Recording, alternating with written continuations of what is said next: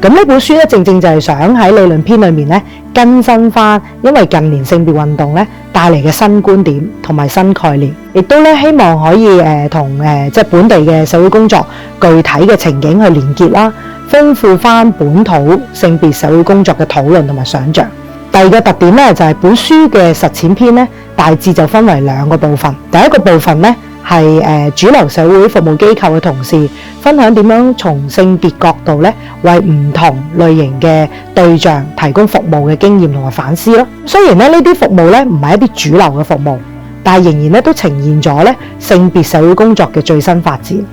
咁第二個部分咧就係我哋邀請咗一啲非主流機構嘅同事，就去分享佢哋點樣喺資源限制底下咧，同唔同嘅性別群體去同行啦，擴闊翻業界對性別社會工作嘅想像，亦都希望咧藉此可以激發思考啦，嘗試探索下新嘅服務領域啦。本書第3個特點咧就係由原版《性別與社會工作》到本書嘅出版咧，一直都係香港唯一以性別角度出發嘅華文社會工作教材。佢唔單止咧可以起到即係讓性別嘅知識傳承嘅作用啦，亦都肩負住咧啟發業界思考社會工作實踐裏面嘅性別角度實踐，亦都同時咧可以喺推動性別平等嘅路上咧同行互勉。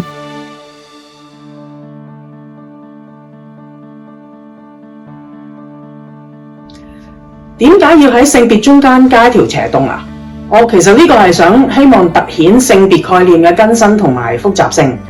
性別呢個概念咧喺過去20幾年嘅理論同埋社會發展底下咧，已經變成一個好複雜、好立體嘅概念。而呢條斜洞咧係蘊含咗2個好重要嘅意義。第一就係多元重疊。性別嘅概念咧已經由原本2元同埋固定不變，即係我哋以前理解咧性別淨係得男或者女啦嘅理解。換句話講咧，一個人嘅性別咧亦都同性嘅面向重疊同埋交集。而斜洞就係想點出呢種多元性同埋重疊嘅情況。第2個好重要嘅意思咧，就係性別概念裏邊亦都包含好多嘅差異，即係所謂嘅別。性別裏邊有性咯，性亦都有別，即係差異。而呢啲內部嘅差異，譬如係性傾向啦、性別認同嘅差異啦，亦會為社群內唔同嘅人咧帶嚟唔同嘅壓迫。所以喺而家嘅社會情景底下咧，討論性別平等嘅時候咧，就唔能夠單單涵蓋男女之間嘅權力不平等嘅問題。